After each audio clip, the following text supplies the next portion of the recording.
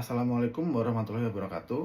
Yang saya hormati Bapak Gumilang Aryo Sahadewo, SEMAPSD, selaku dosen pembimbing saya, serta Bapak Ibu penguji dosen lainnya yang saya hormati. Perkenalkan, saya Fendi Dwi Pradita, akan memaparkan tesis berjudul Analisis Rencana Divestasi Aset Jalan Tol sebagai Alternatif Perbaikan Kinerja Keuangan Perusahaan, dengan fokus studi pada ruas Jalan Tol Pekanbaru Dumai yang dikelola oleh PT Hutama Karya Persero.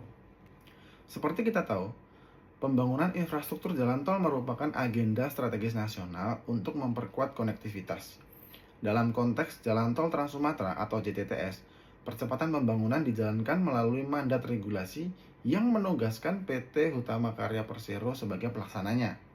Namun, penugasan dalam skala besar memunculkan tantangan pada sisi keuangan. Pertama, diskoneksi antara kelayakan ekonomi yang tinggi dan kelayakan finansial yang masih rendah akibat LHR dan pendapatan jalan tol yang masih kecil. Kemudian struktur pendanaan yang didominasi oleh hutang karena keterbatasan kapasitas ekuitas internal. Kemudian memasuki masa operasi, perusahaan menghadapi capitalization shift, di mana beban bunga yang sebelumnya dapat dikapitalisasi saat konstruksi beralih menjadi beban langsung pada laba rugi, sehingga menekan margin dan rasio kemampuan bayar bunga. Karena itu, strategi aset recycling dan deleveraging menjadi relevan melalui divestasi aset brownfield untuk memulihkan likuiditas dan menurunkan beban hutang. Secara spesifik, salah satu aset ruas Jalan Tol Trans Sumatera yang strategis yaitu Jalan Tol Pekanbaru Dumai, di mana jalan tol ini memiliki panjang 131 km dan memiliki tingkat LHR di 6.665 kendaraan per hari, yang mengakibatkan jalan tol ini mempunyai tingkat pengembalian internal atau IRR sebesar 11,15%, di mana menjadikan jalan tol ini layak untuk dijadikan kandidat untuk divestasi. Masuk pada rumusan masalah. Yang pertama yaitu adanya ketidakseimbangan siklus hidup dan kapasitas fiskal, yaitu mismatch antara kecepatan penugasan dengan kapasitas pendanaan. Kemudian, aksi aset recycling sebelumnya pada tahun 2023 yang masih belum mencapai ambang batas aman deleveraging ke level yang sehat. Selanjutnya, adanya risiko keputusan strategis. Perusahaan harus mempunyai data valuasi yang presisi dan analisis pro forma ketika akan melakukan divestasi. Masuk ke pertanyaan penelitian, yaitu bagaimana pengaruh divestasi aset jalan tol ruas Pekanbaru Dumai terhadap kinerja keuangan perusahaan yang ditinjau dari aspek struktur permodalan, likuiditas, dan profitabilitas melalui perbandingan kondisi sebelum dan sesudah divestasi. Tujuan penelitian ini adalah menganalisis dan mengevaluasi urgensi serta kelayakan divestasi terhadap tiga aspek tersebut berdasarkan kinerja laporan keuangan periode 2020 sampai dengan 2024. Dengan demikian, penelitian ini tidak hanya menilai perlu atau tidak, tetapi juga menguji dampak finansial secara terukur dan sistematis. Masuk kepada manfaat penelitian. Yang pertama, secara teoritis memperkaya kajian restrukturisasi BUMN jalan tol.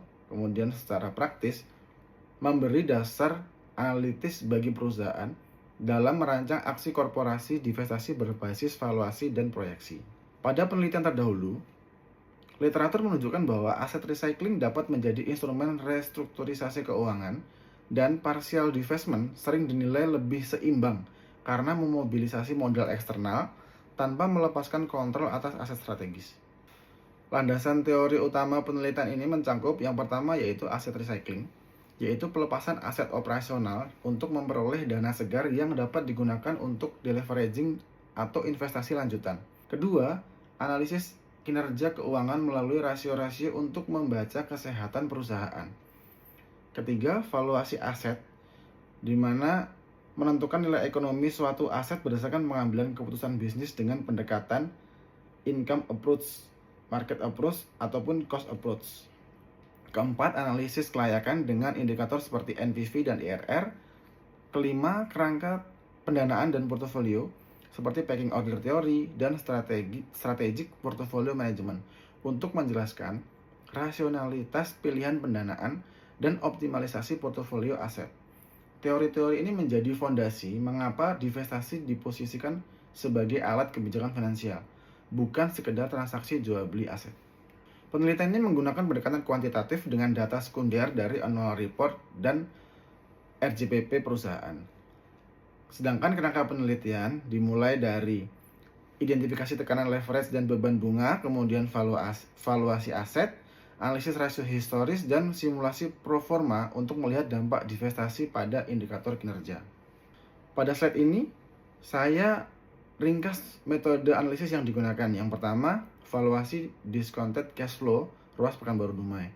Kemudian, analisis rasio keuangan tahun 2020 sampai dengan 2024, serta pemodelan pro forma multi skenario untuk menilai perubahan struktur modal, likuiditas, profitabilitas, serta indikator kemampuan bayar seperti ICR maupun debt to EBITDA. Intinya, metode ini dirancang untuk menjawab pertanyaan penelitian secara terukur dan dapat dibandingkan antar skenario. Selanjutnya masuk ke hasil.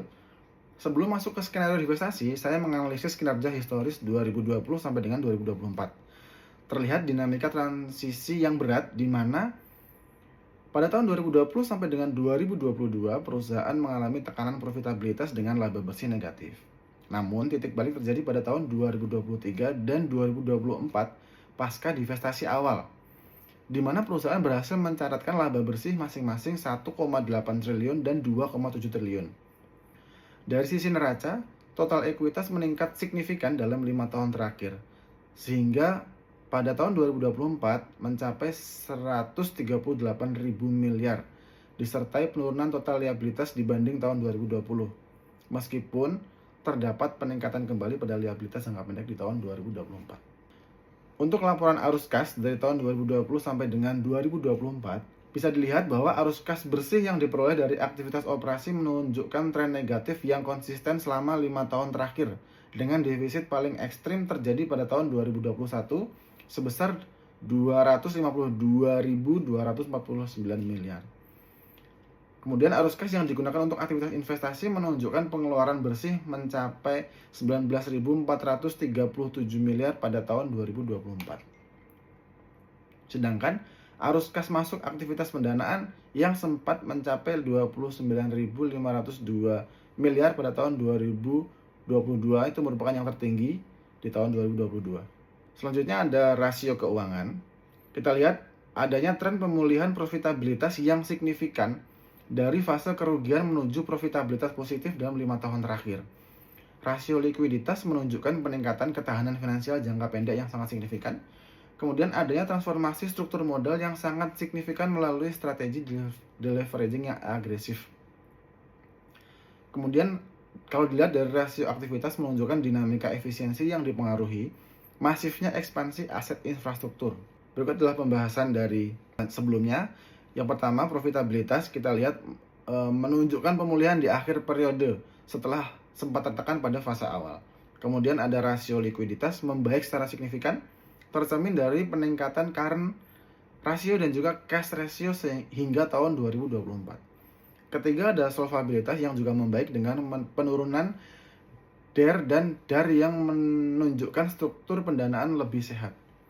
Keempat pada rasio aktivitas, total aset turnover cenderung menurun, mengindikasikan aset tumbuh lebih cepat daripada pendapatan, karena sebagian aset masih berada pada fase pertumbuhan traffic. Selanjutnya, untuk perhitungan diskon faktor, tingkat diskonto ditetapkan melalui WACC 11,92%, di mana asumsi operasional mencangkup LHR diproyeksikan tahunan sepanjang masa konsesi yang berbasis data historis, studi transportasi, dan juga indikator ekonomi. Kemudian ada pendapatan tol, biaya operasi dan pemeliharaan, serta EBITDA yang dihitung sebagai selisih pendapatan tol dan biaya OM atau operasi dan maintenance sebagai indikator kapasitas arus kas operasional sebelum kebijakan pendanaan dan beban non-kas. Hasil perhitungan diskon cash flow, hasil analisis valuasi menggunakan metode discounted cash flow menunjukkan bahwa nilai kini bersih atau net present value Jalan Tol Pekanbaru Dumai untuk periode 2024 sampai dengan 2059 atau selama 35 tahun masa konsesi itu jika dinilai sebesar 29.443 miliar, di mana nilai ini lebih besar dibandingkan dengan biaya investasi awal yang sebesar 16.210 miliar. Dapat disimpulkan bahwa valuasi aset ini jauh melampaui biaya investasinya. Selanjutnya ini adalah tabel proforma keuangan konsolidasi tahun 2025 sampai dengan 2029. Tujuan proforma ini adalah membandingkan kinerja perusahaan pada berbagai skenario divestasi terhadap akun kunci seperti pendapatan, EBITDA, beban bunga, laba bersih, dan juga liabilitas berbunga. Dilihat ada 3 di slide ini tanpa divestasi, dengan divestasi 20%, serta divestasi 49%. Selanjutnya ini divestasi 51% dan juga 100%. Kita langsung ke pembahasannya. Yang pertama, skenario tanpa divestasi, perusahaan menghadapi tekanan beban bunga yang sangat masif, yaitu sebesar 1.777 miliar pada tahun 2025 yang mengakibatkan laba bersih terbatas pada angka 808 miliar. Kemudian rasio divestasi 20% menunjukkan perbaikan moderat dengan peningkatan laba bersih menjadi 1.152 miliar pada tahun 2025 dan penurunan bunga ke level 1.595 miliar. Skenario divestasi 49%, laba bersih 2025 melonjak lebih dari 2 kali lipat dibanding baseline menjadi 1.696 miliar, seiring dengan penurunan drastis liabilitas berbunga sebesar 23.868 miliar. Kemudian untuk skenario divestasi 51%, itu perbaikan rasio keuangan terlihat sedikit lebih agresif dibandingkan dengan skenario 49%. Dan terakhir, divestasi 100% memberikan dampak deleveraging yang paling ekstrim, di mana beban bunga terpangkas secara radikal hingga tersisa 869 miliar pada tahun 2025, menghasilkan laba bersih sebesar 2.526 miliar. Lanjut ke kesimpulan. Yang pertama, divestasi berpotensi memperbaiki struktur laba rugi perusahaan melalui 2 mekanisme utama, yaitu dekonsolidasi beban dari ruas yang berkinerja negatif serta penurunan beban bunga akibat skenario deleveraging. Dalam skenario optimal, beban bunga diproyeksikan turun dari 1.777 miliar menjadi 1.332 miliar di tahun 2025. Hasil ini menunjukkan bahwa divestasi berpotensi meningkatkan efisiensi struktur pendanaan perusahaan. Kemudian, melalui pengujian 5 skenario sensitivitas, skema 49%, divestasi memberikan kombinasi yang paling seimbang antara penguatan likuiditas, perbaikan rasio leverage, dan juga keberlanjutan pengendalian aset. Untuk saran yang pertama, analisis yang dilakukan bergantung pada asumsi proyeksi keuangan yang bersumber dari RJBP periode 2025 sampai dengan 2029. Perubahan kondisi makroekonomi, fluktuasi suku bunga, maupun dinamika volume lalu lintas di luar estimasi dapat mempengaruhi akurasi hasil simulasi dan proyeksi keuangan. Serta penelitian ini fokus pada pendekatan kuantitatif berbasis kinerja keuangan. Faktor-faktor kualitatif seperti resiko reputasi, kompleksitas birokrasi dalam proses divestasi BUMN, serta aspek legal formal terkait perjanjian pengusahaan jalan tol belum menjadi fokus utama dalam model analisis sehingga belum terakomodasi secara komprehensif. Terima kasih. Demikian paparan yang dapat saya sampaikan. Besar harapan saya mendapatkan masukan dan arahan untuk penyempurnaan penelitian ini. Terima kasih atas perhatian Bapak dan Ibu semuanya. Wassalamualaikum warahmatullahi wabarakatuh.